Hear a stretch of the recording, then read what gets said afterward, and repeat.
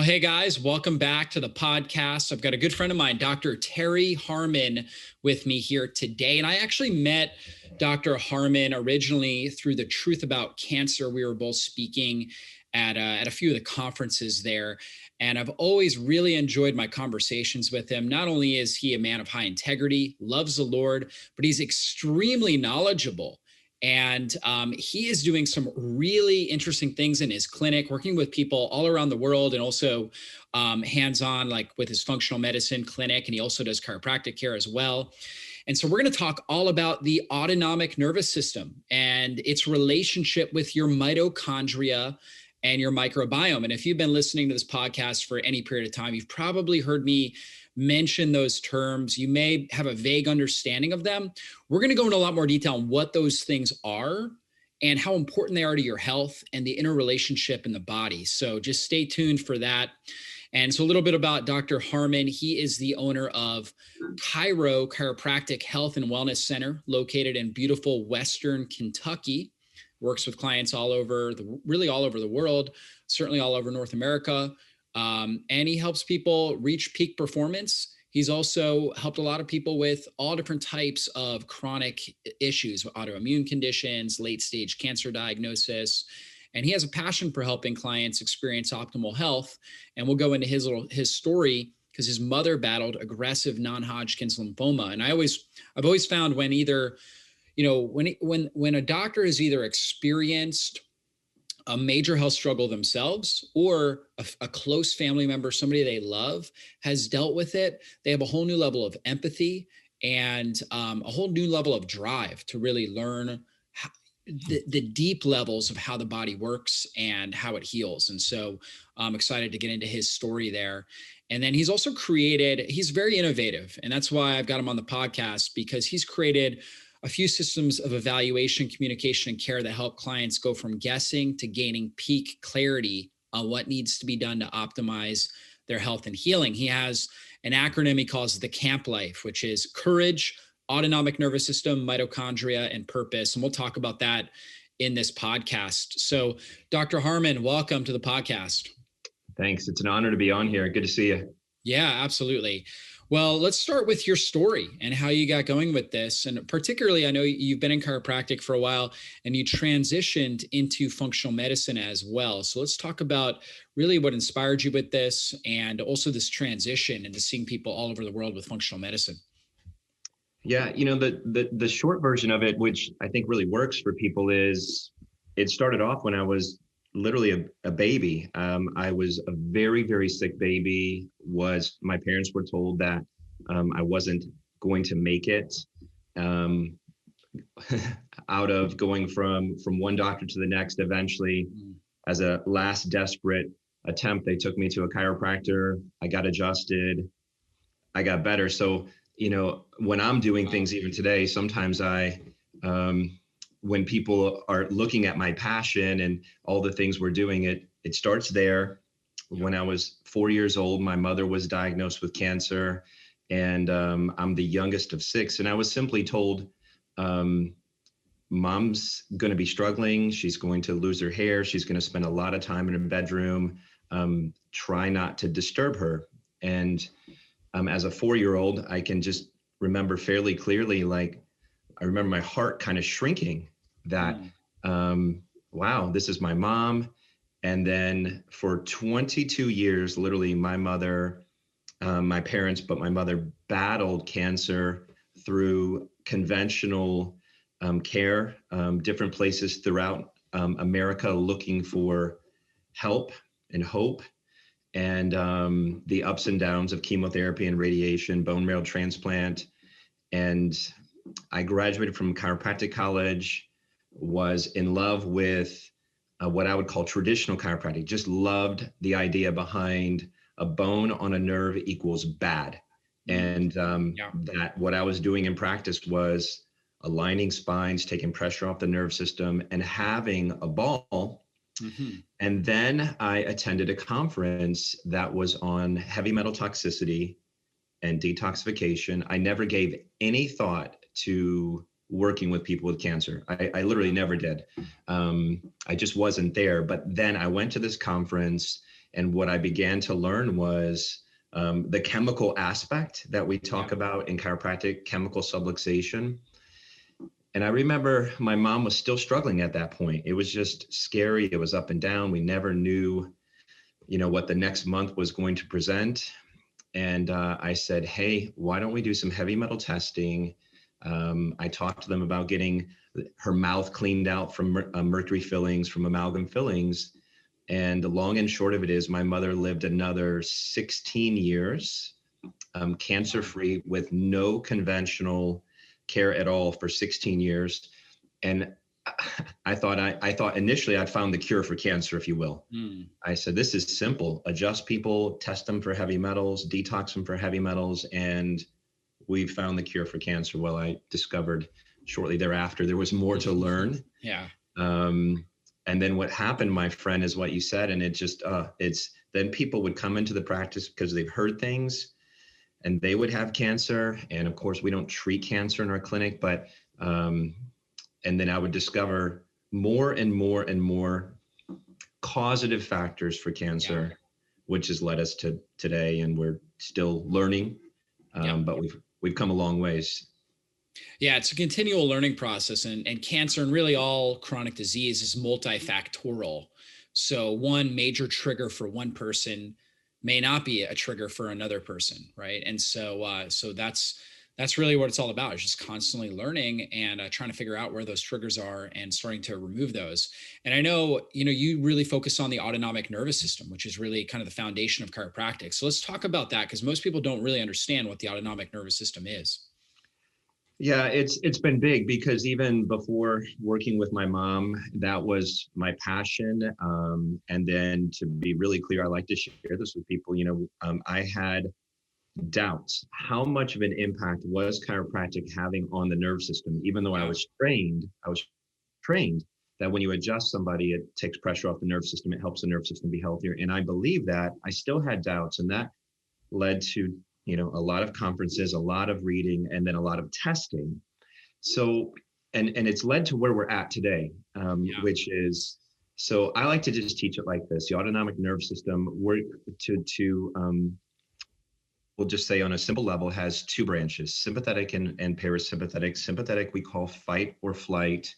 And when sympathetic is activated, that's what we're going to tend to do. We're going to tend to work hard at something, work hard into something, or work hard away from something. And we need the sympathetic branch. It gets vilified a lot. And then we have the parasympathetic. And I like to summarize that as rest, digest, repair, repopulate, and revelate. So there's a little bit more there, but that's when we have parasympathetic activation, the body's resting, it's repairing, it's digesting, it's repopulating. I just use the R because it's optimization of hormones. And then it's revelate. When we're in a parasympathetic state, we're going to tend to have constructive thoughts and make constructive decisions. Yeah. What testing has taught me over the years, it's taught me a lot. Testing with heart math, with a neuroscan, with Oura Ring data, with Sweetbeat, with anything and everything we can get a hold of. Yeah. What testing has taught me that I like to teach to people is, when you feel like you're at peace and resting, that does not mean that your autonomic nervous system is in a parasympathetic state. I call that autonomic awareness. And that was a good decade of my studies, was what the heck, how do we teach this to people? And then how do we help people get unstuck? How do we get them to spend more time in parasympathetic? And then ultimately, the measurement that we like to look at is heart rate variability. Yeah. Well, what is heart rate variability? Let's talk about that. Yeah. And how you look at that. Yeah. So not to be confused with heart rate. Heart rate we would summarize as pulse. Heart rate variability is the variability between beats of our heart in milliseconds, that then basically translates through into a score that we call heart rate variability. So the higher the heart rate variability, the more adaptable, resilient, strong the autonomic nervous system is. So even though we'll talk about parasympathetic and sympathetic, ultimately at the end of the day, the goal is a very high heart rate, or another way to look at it is a heart rate variability that's getting better. Right. Yep. And so basically, I think we would naturally start to think that if they were measuring the heart rate, so we all are familiar with like a heart rate measurement, such as like 60 beats per minute. This is actually looking at what's happening in between those beats and kind of the space or the gap between those beats. And for most people, like I naturally thought, okay, it should be like the same gap, the same spacing between those beats. But actually, that's not what we're looking for. In fact, if it has a monotone, you have a low heart rate variability. And that's actually a sign of more sympathetic dominance and a weakened nervous system. And you want that variability where it's actually different lengths of time in milliseconds between those beats. And that's a sign, like you said, being more resilient and stronger and being more adaptable to the stressors in your life. That's exactly what it is, because from that, with our classical training with, hey, nerve system is, the master control system of the body. And then I like to incorporate mitochondria and microbiome in there because I consider them all the same system. That the higher that heart rate variability is, then these other systems as well are going to be more resilient. They're going to be stronger. And when I'm working with clients, we encourage them to get an Oura ring as quickly as possible. It's not perfect technology, but it's really, really good technology. Because from that, over time, you can teach your clients, or we can teach people to look at that data and begin to discover that which elevates their heart rate variability and that which brings it down. And a lot of it's the stuff that we maybe already know about: healthy nutrition, fasting, sleep, sun exposure, exercise. But then it becomes nuanced for each person. It becomes nuanced that, when you and your wife go to this restaurant, your HRV goes up. When you go to this restaurant, it goes down.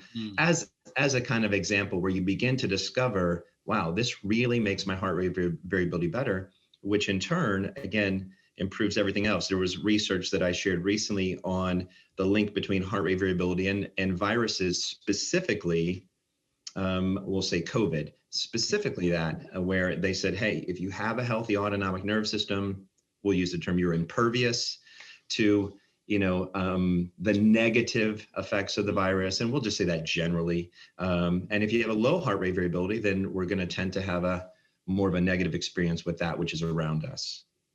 Yeah, it makes sense because, viruses are stressors on the body. And so if you can adapt well to the stressor, your body can deal with it. Plus, we know the autonomic nervous system ties in and really controls the immune system, right? And it can really controls all of our entire endocrine or hormonal system. It's a master control system of the body. So yeah, that makes a lot of sense. Now, when it comes to heart rate, or when it comes to the Oura ring, like I've got an Oura ring right here on my finger. And so for those of you guys who aren't familiar with it, it's basically a ring that you wear on your finger. And it tracks your heart rate variability. Throughout the day, it's tracking basically how much movement I'm doing, which obviously we all know movement is really healthy, plays a key role in overall autonomic nervous system activity as well. But it's only tracking my heart rate variability at night while I'm sleeping, right? Yes. And you can actually check it. You have an app on your phone. And so like, every morning I check my sleep score, I check my heart rate variability. And like you were saying, I'm looking for, hey, what did I do yesterday that allowed my heart rate variability to be so good, as opposed to, the day before where it wasn't very good. And it gives you that instant feedback. Yeah, it's absolutely amazing over time. I tell people over time, when my clients get it, sometimes they'll get frustrated with it early on. We do our best to coach them and say, hey, just use it as information. And half the time when it goes up or half the time when it goes down, you're not going to know why half the time. The other half the time you will. You may not like the reasons or what happened. You may not like that. Yeah. But you want to take that information. And we have an ebook or e-guide that we say, write that down. Hey, I went and played basketball. My heart rate variability went up. I met with my accountant. My heart rate variability went down. Okay, let's do more basketball, maybe figure out the accountant thing later on. And then people will find it as well with their favorite foods or their favorite beverages sometimes, where they'll say, oh gosh, it's telling me that wine is not good for me. Okay, then do with it what you want. But at least then you're going from, reading something in a textbook to you're actually looking at data that to me because we do so much functional medicine testing and I love it, I say the Aura Ring, gives you, the equivalent of kind of 5 functional medicine tests every day. So Yeah. just use it, to your advantage. Another thing you mentioned as well we're finding a lot with is respiration rate. When you look at that screen, the readiness screen, its respiration rate is big based upon how people are breathing while they're sleeping. That was one as well. That was it was on our radar a little bit, but in the last couple of years has really kind of, revealed itself. Yeah, let's talk about the importance of that because, you have nose breathing, you have mouth breathing, there's big issues with sleep apnea. So what are you seeing with the respiration rate on the Oura Ring? Yeah, step one is just that, to get people, when I'm working with clients, I'll say, to your knowledge, do you sleep with your mouth open or closed? If they have a spouse, usually the spouse can chime in as well. That ideally we're going to sleep with our mouth closed. We can use mouth tape to possibly help ourselves. Yep. There's this really cool appliance, intake breathing, that can basically, it's magnet that can open this up while you're sleeping if you have some issues there. And then we have oral microbiome and nasal microbiome that we've known. So when we talk about microbiome, we'll say 5 years ago, I was typically just thinking about the gut. And that's vital because that's the enteric nerve system. It's linked back to the autonomic nervous system. We've got the vagus nerve going back and forth. But over the last couple of years, we've just dug into oral microbiome testing. So if we have some really, we'll say, pathological bacteria in the mouth, now that's going to alter the autonomic nerve system. It's going to basically impact up to the hypothalamus pituitary. It's going to impact the vagus nerve, and it's going to impact the gut. And then we have this test that we do called a Marcon's test, which is really for multiple antibiotic resistant staphylococcus infections. But when we do that test, we see a lot of people have a lot of nasty stuff in their sinuses. Right. And then what's happening there is, a lot of times it's unbeknownst to them. They don't necessarily have sinus symptoms. That's impacting sleep. It's impacting whether their mouth is closed, open, hypothalamus pituitary, sympathetic, parasympathetic. And then we combine that with thermography, which is just, I caught this by accident, actually, with thermography. I would look at our patients' thermography, thinking, again, breast and gut, right? Typically, that's how I looked at thermography, is what's happening in the breast tissue, what's happening in the gut, lymphatic. And then we just saw person after person, just, all kinds of inflammation in the sinuses, orally, root canals, that type of stuff, cervical lymphatic inflammation. And I'm like, that's a reason why this person's HRV is staying low. It's not because they're not exercising. It's not because they're not getting adjusted. Because patients would sometimes feel bad and get frustrated. They're like, man, I'm doing all the stuff. And then we're like, okay, here's the deal. You've got infections up here that's impacting the brain.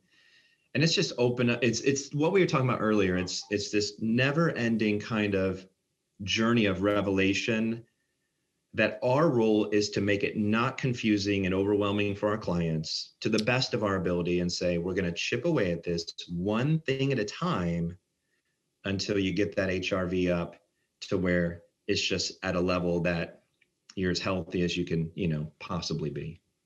Yeah, this is really fascinating. On this podcast, a functional nutrition podcast, so we put a lot of emphasis on nutrition. And that's really because, one of the things we really have the most control over is what we're putting in our mouth, what we're actually eating on a regular basis. Sometimes it's really hard to control other elements, like, an infection in your mouth that you may not even be aware of, that may have come from a wisdom tooth that was extracted 30 years ago, right? Yeah.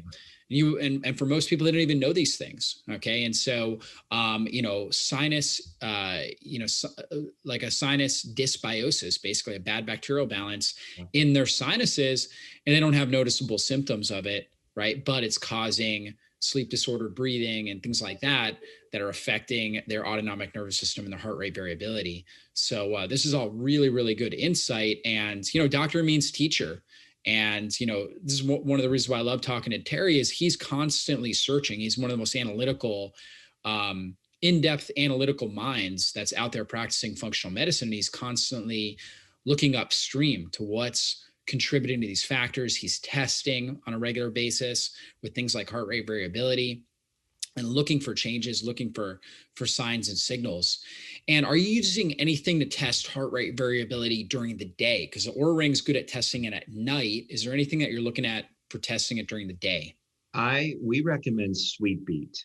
Like we like that. There's also Yeah. HeartMath has technology as well that Yeah. for personal use, if you will. I like Sweet Beat. You have to put a chest strap on, but you can look at heart rate variability, and then you can look at sympathetic to parasympathetic ratio.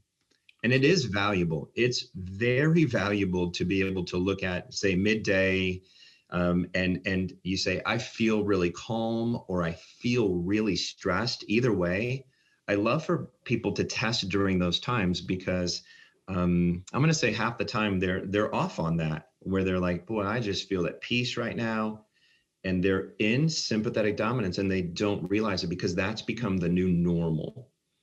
Or vice versa, where people are saying, boy, I'm stressed as all get out. They think they're in sympathetic dominance and they're actually doing really well.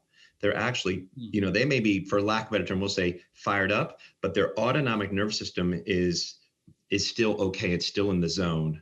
I think about a lot of different things, but like Michael Jordan, he wanted the ball, at crunch time, Right. which meant even though it was crunch time, probably to his nerve system inside of him was calm, so he could take that shot and make it more times than not.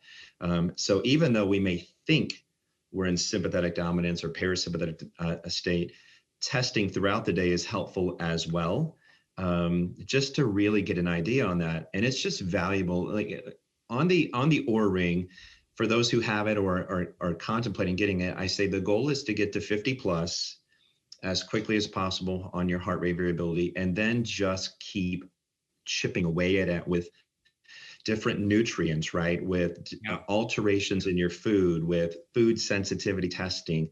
To me, it's so fun. It's so rewarding. I love my clients that part of their questionnaires are, where is it at? And then we have an Oura Cloud as well, where people can become a cloud member and I can look at their data as well. It's very empowering once you understand it. It's extremely empowering once you get over the frustration with it. Yeah, that's really, really fascinating. And, it's good to know that biofeedback, like you were talking about, even though that's a little bit more cumbersome, actually wearing it on your heart, like a chest strap, but just getting that biofeedback where you start to realize what it feels like to be in certain states with your nervous system can be really, really helpful. So I think that's cool. Very much so. Just like you said, where you can look and possibly be in sympathetic dominance and do your prayer practice, your meditation practice, your breathing practice, your brain tap, as an example. You can do those things and see and feel, like you said, the see and feel, where you can say, okay, I am in sympathetic dominance. I did this breathing technique, this prayer, this brain tap, and it took me into parasympathetic activation. And this is what that feels like. Right. It's you totally can discover that over time. It's so amazing, just something as simple as breathing, what it can do to your nerve system. Yeah. And then you have tools, right? So that when you experiment like that, then you know the tools that are helping you bring you back into parasympathetic or back into balance. And, those are things that you can obviously be doing throughout the day, hacks that you can be doing throughout the day to improve your nervous system function. So let's talk about the relationship between the autonomic nervous system, the microbiome, and the mitochondria, and also just briefly explain, the mitochondria and the microbiome for those that are kind of new to our show. Yeah, it's funny when you asked that.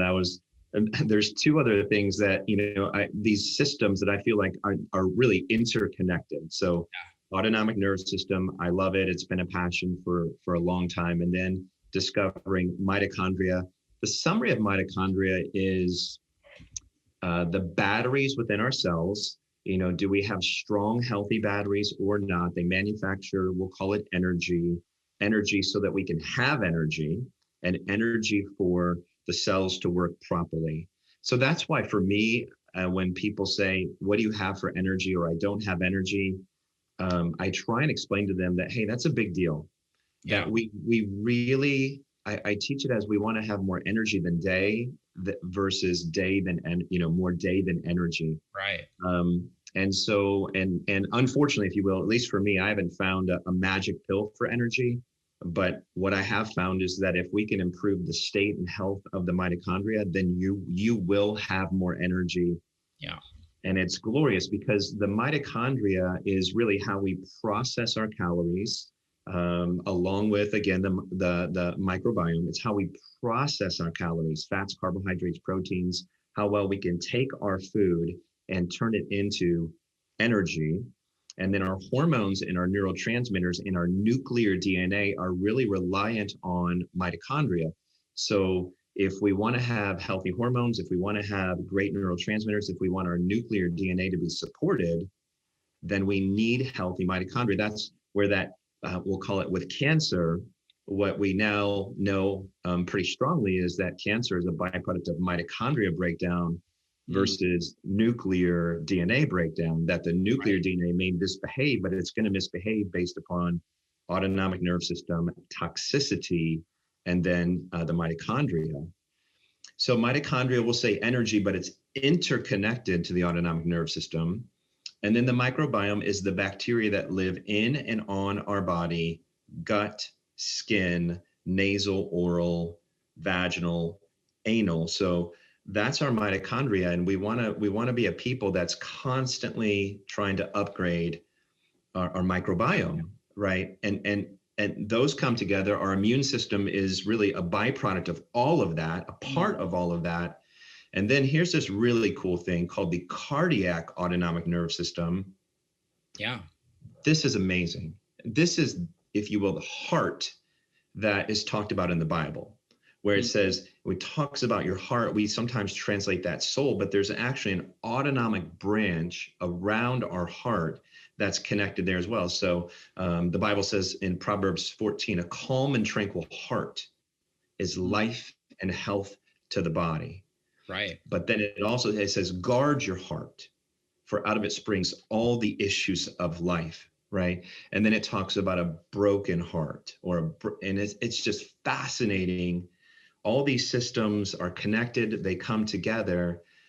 And again, my hope is not to make it confusing, but to just say, hey, these are the things that you can learn about and you can chip away at. And you don't need to feel overwhelmed, because everything you learn, you can just chip away at it. And it's glorious. It's fun. And then again, like you said, doctor means teacher. So hopefully the content that, anything that we do, hopefully it's something that's a blessing and not challenging or confusing.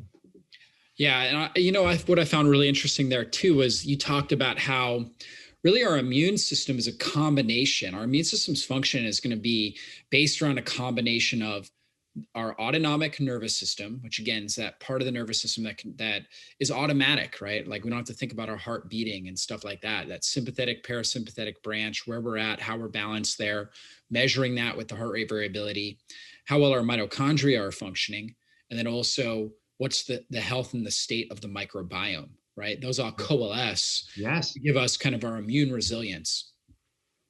Yeah, in the research, when I was preparing for the first time I spoke at the Truth About Cancer, in the research, I'm digging in. I'm like, what am I missing? Lord, what would you have to show me? And it really, a lot of the research says that the nerve system, the immune system is one super system. Yeah. In some of the research. And I'm like, wow, that was new. I hadn't seen that before.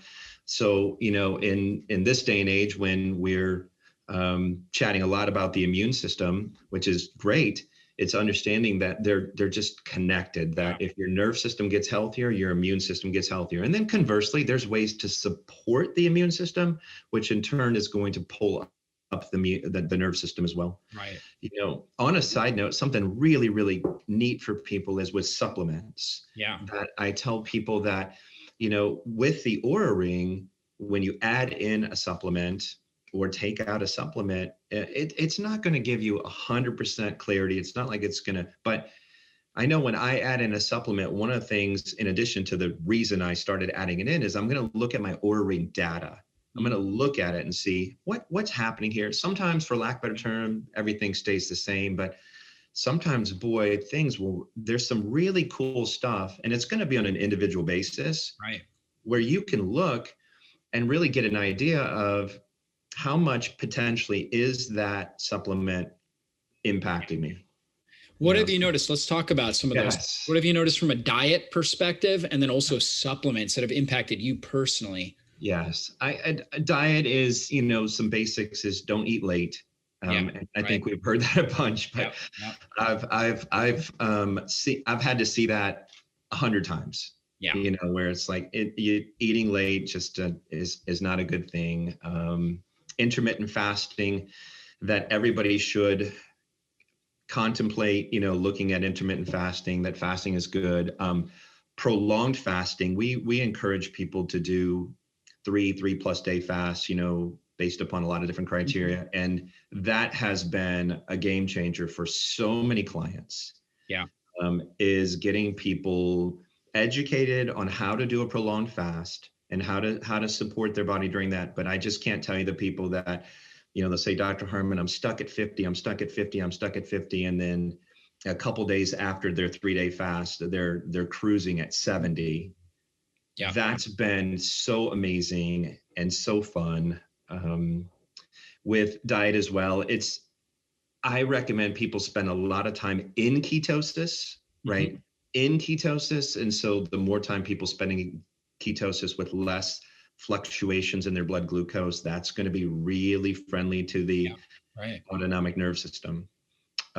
Supplement wise, it's dealing with deficiencies and toxicity. So through testing, a lot of times, if somebody has a vitamin D of 20, we test it, and then they go from 20 to 50, significant increases in HRV. And it could be magnesium, of course, selenium, iodine, and then toxicity. So we'll test for mold or heavy metals. We find it, we begin detoxing it. Heart rate variability goes up. A couple of supplements I really like that are simple, good melatonin.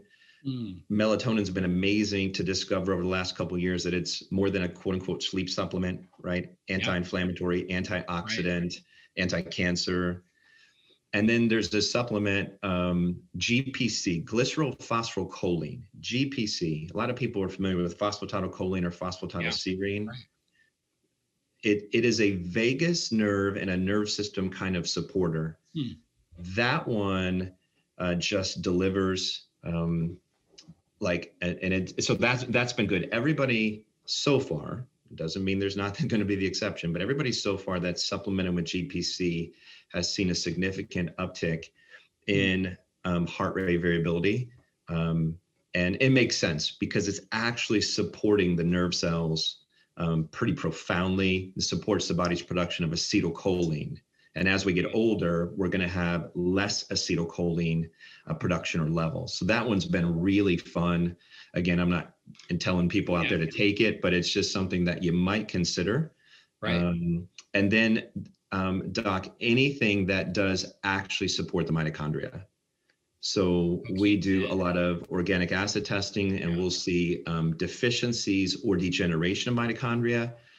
So when we find that, if we can help people resolve that as mitochondria gets healthier, it's going to increase HRV. Just fun how it links together. Yeah.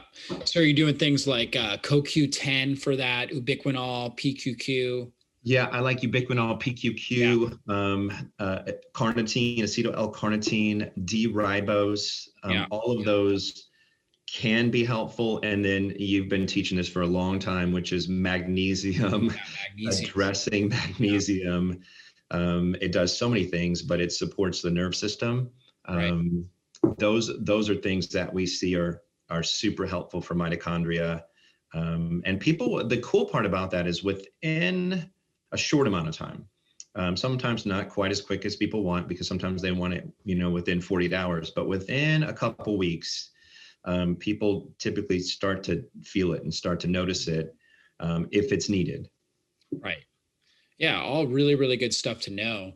What have you noticed have been some of the big things for you personally?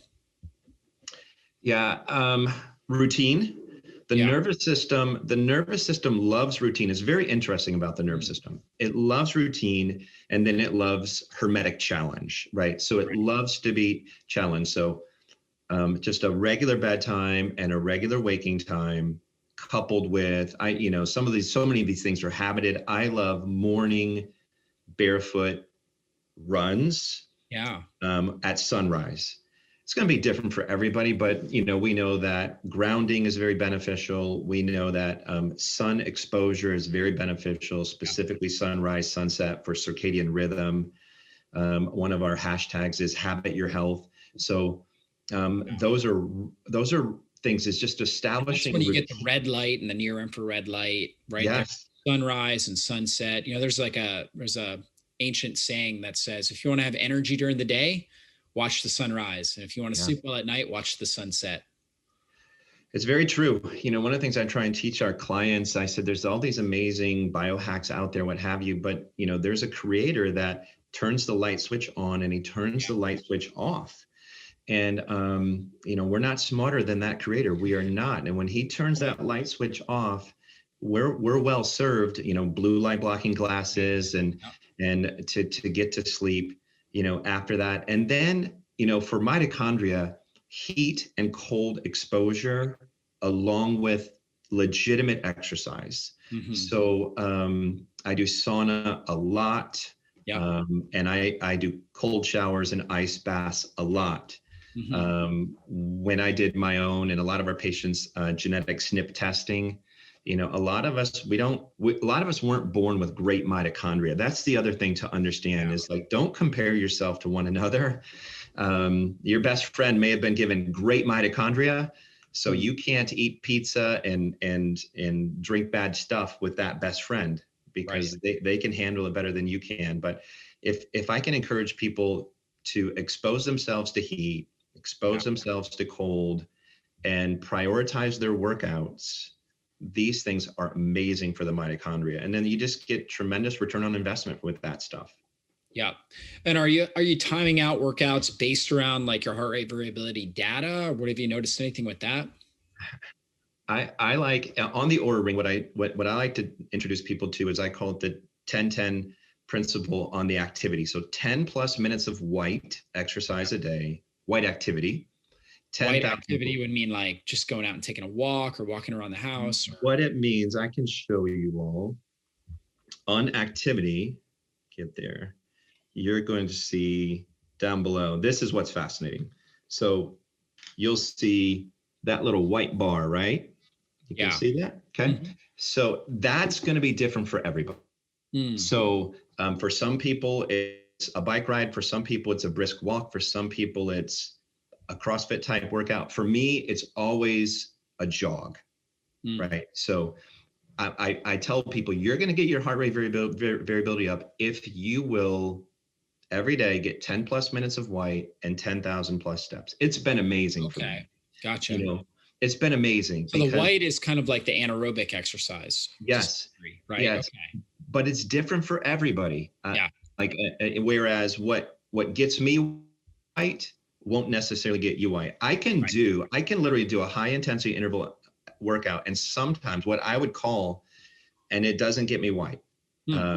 So it's different for everybody. And then the 10,000 plus steps is big as well, because when I first got the Oura Ring, I would be on my way home from the office and I would say, boy, I'm tired, but I might only have 8,000 or 9,000 steps. And it surprised me.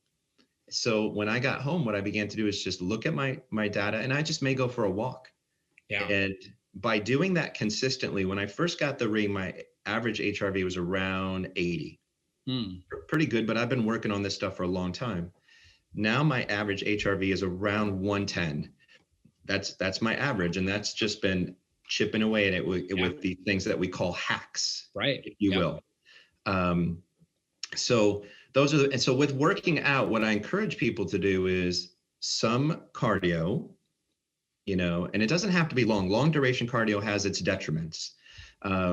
Some high intensity interval workout during the week, and then some legitimate lower body leg strengthening and upper body leg strengthening, because there's a lot of good data on lower body leg strengthening and blood glucose stabilization. Yeah. That's a big deal. Plus, it's going to boost testosterone, which is going to have a positive impact on HRV. You know, we're seeing a lot of men and women with really low testosterone. Right. And testosterone is neuroprotective. So if we don't have enough testosterone, then we lose that neuroprotection. That's another reason for low HRV. Yeah. So that lower body leg strengthening that most people don't like to do. Oh, so good. Yeah, so good. This morning, I was doing it this morning. Yeah. I do it, but it is a mental game. You know, 2 days a week I do it, and I tell people 1 to 2 days a week, you want it to be a little uncomfortable sitting on and off the stool. You know, not unbearable, but 1 to 2 days a week. If you're like, ooh, that's a little tender, you're in the ballpark for all the benefits of that lower body leg strengthening. Yeah, it's so good. And also if you're looking to really build some lean body mass or burn fat faster, I mean, squats and deadlifts, some of the best lunges, these are the best exercises. Yeah, actually our mutual friend, Dr. Isaac Jones, my neighbor, he lives 10 minutes down the road. So he comes over on Friday mornings and we worked out legs this morning. So yeah, it's good.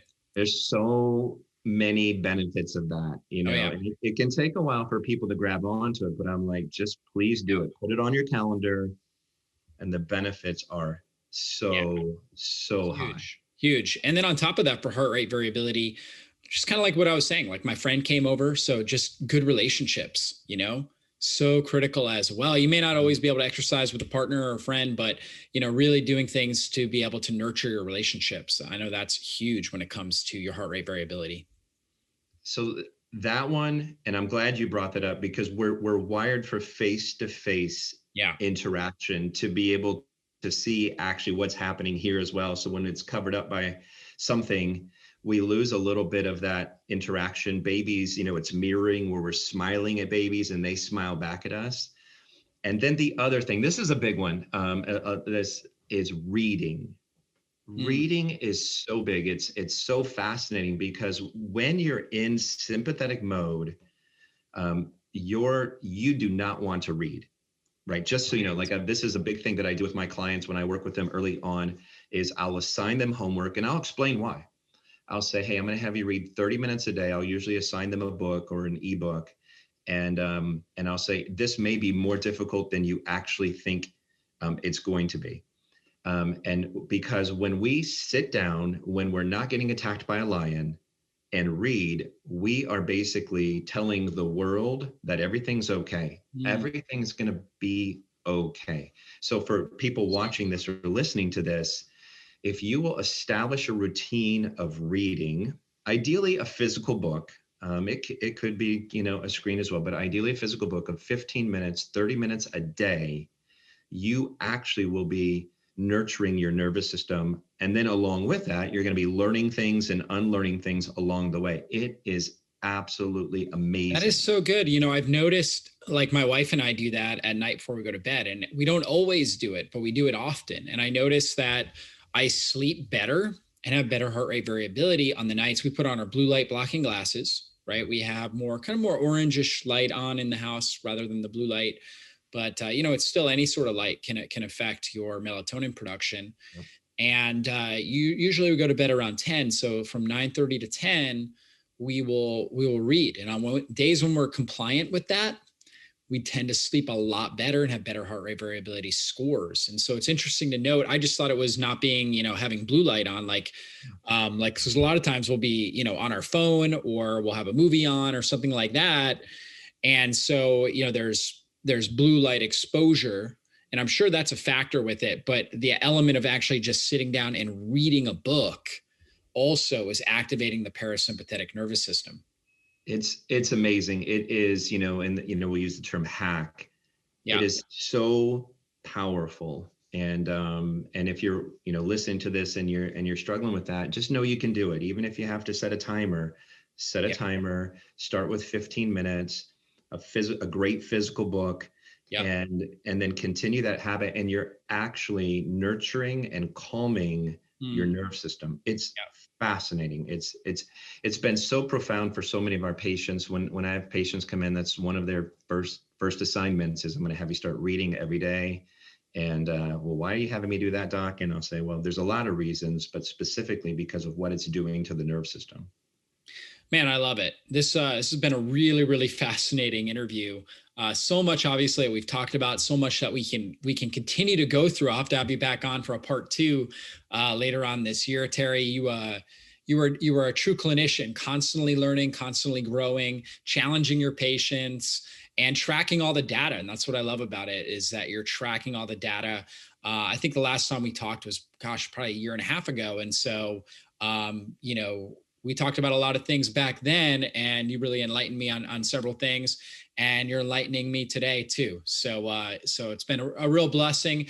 Any last words of inspiration for our audience?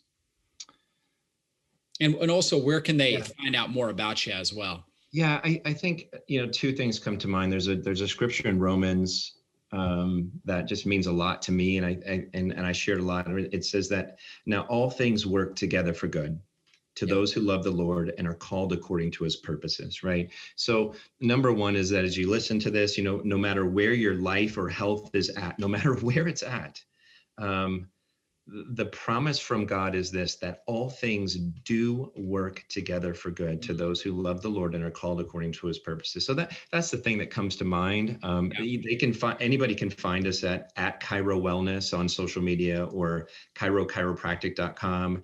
And Chiro has this unique spelling, CHIRHO.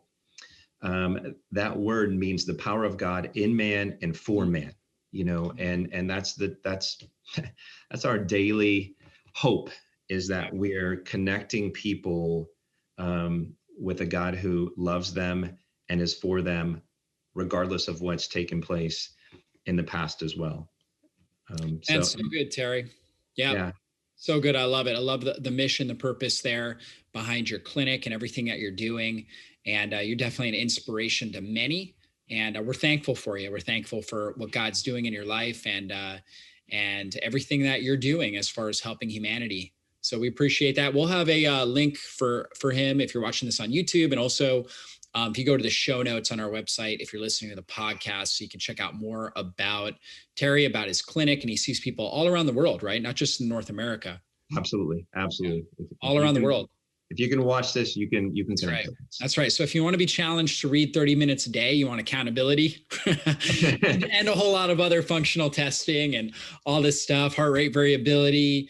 You want to learn about all this stuff and really how to track these things and see your progress and obviously get to the root cause of any sort of, chronic issues that you're dealing with. Definitely check out Terry. So thanks again for your time, Terry. Guys, we'll see you on a future podcast. Be blessed, everybody.